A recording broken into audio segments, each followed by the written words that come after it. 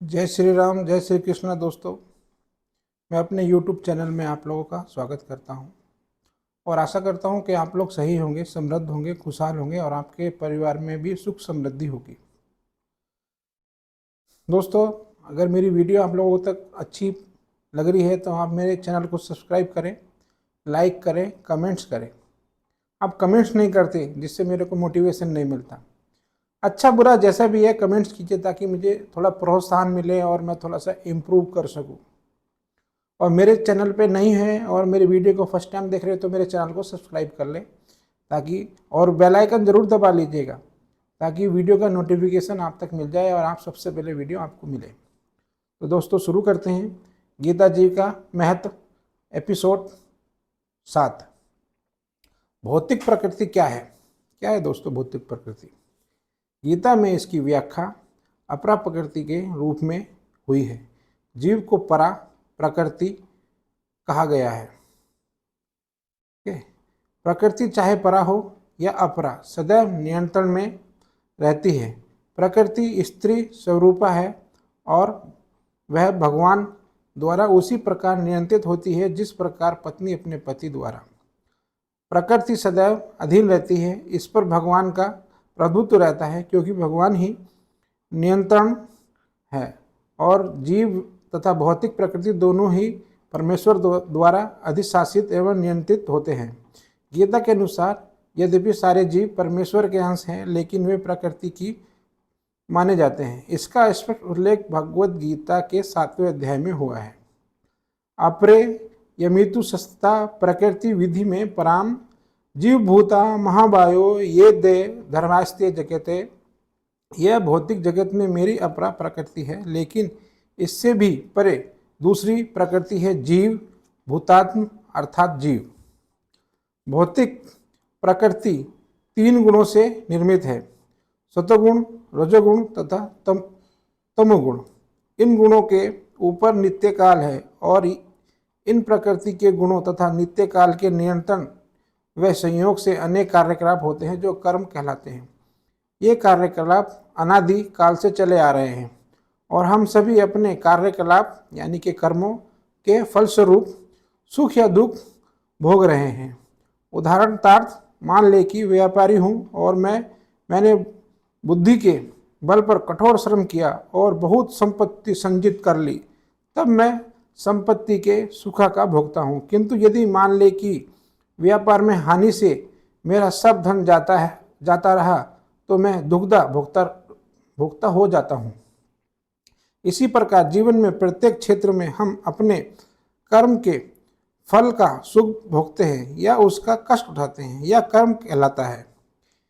ईश्वर, जीव, प्रकृति, काल तथा कर्म, इन सब की व्याख्या भगवद गीता में हुई है। इन पांचों में से ईश्वर, जीव, प्रकृति तथा काल शाश्वत है। प्रकृति की अभिव्यक्ति अस्थायी हो सकती है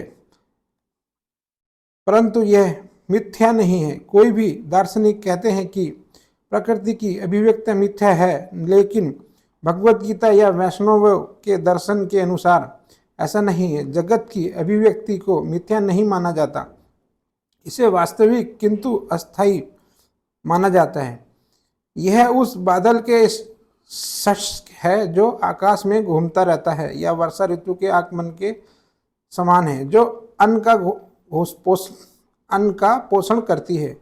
जो ही वर्षा ऋतु समाप्त होती है वह बादल चले जाते हैं, त्यों ही वर्षा द्वारा पोषित सारी फसल सूख जाती है। इसी प्रकार यह भौतिक अभिव्यक्ति एवं निश्चित अंतराल में होती है, कुछ काल तक ठहरती है और फिर लुप्त हो जाती है। प्रकृति स्वरूप में कार्यशील है लेकिन यह चक्र निरंतर चलता रहता है, इसलिए प्रकृति शाश्वत है, मिथ्या नहीं। भगवान इसे मेरी प्रकृति कहते हैं।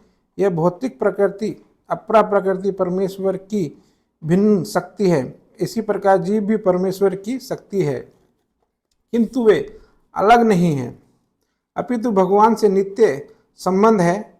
इस तरह भगवान, जीव, प्रकृति तथा काल से सब परस्पर संबंधित है और सभी शाश्वत है, लेकिन दूसरी वस्तु कर्म शाश्वत नहीं है। हाँ, कर्म के प्रभाव अत्यंत पुरातन हो सकते हैं पर अनादि काल से अपने शुभ अशुभ कर्म फलों को भोग रहे हैं, किंतु साथ ही हम अपने कर्मों के फल को बदल भी सकते हैं और यह परिवर्तन हमारे ज्ञान को पूर्णता से निर्भर करता है। हम विविध प्रकार के कर्मों में व्यस्त रहते हैं। निस्संदेह हम यह नहीं जानते कि किस प्रकार के कर्म करने से हम कर्म फल से राहत प्राप्त कर सकते हैं, लेकिन श्री भागवत गीता जी में इसका भी वर्णन हुआ है।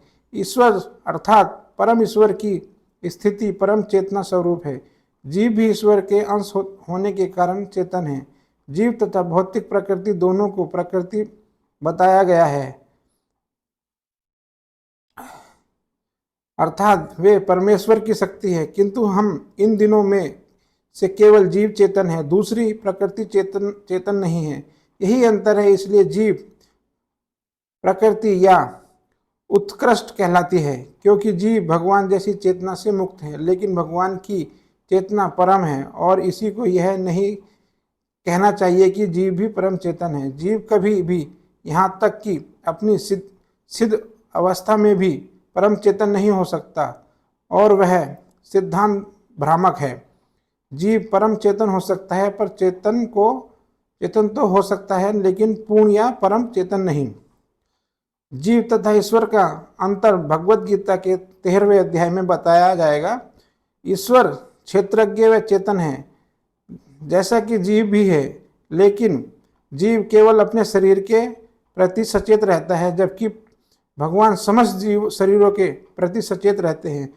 चूंकि वे प्रत्येक जीव के हृदय में वास करते हैं, अतः वे जीव विशेष की मानसिक गतिशीलता से परिचित रहते हैं। हमें यह नहीं भूलना चाहिए कि यह भी बताया गया है कि परमात्मा प्रत्येक जीव के हृदय में ईश्वर या नित्य के रूप में वास करते हैं और जैसा जीव चाहता है वैसा करने के लिए जीव को निर्देशित करते रहते हैं।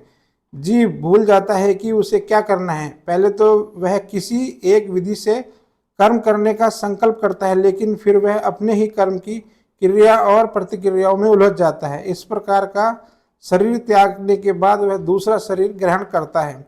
जिस प्रकार हम वस्त्र उतारते हैं तथा पहनते हैं, इसी प्रकार जब आत्मा देहांतर कर जाता है, अतः इसे अपने विगत पूर्व कर्मों का फल भोगना पड़ता है। ये कार्यकलाप तभी बदल सकते हैं जब जीव सत्वगुण में स्थित हो और यह समझे कि उसे कौन से कर्म करने चाहिए। यदि यह ऐसा करता है तो उसे विगत पूर्वकृत कर्मों के सारे फल बदल जाते हैं।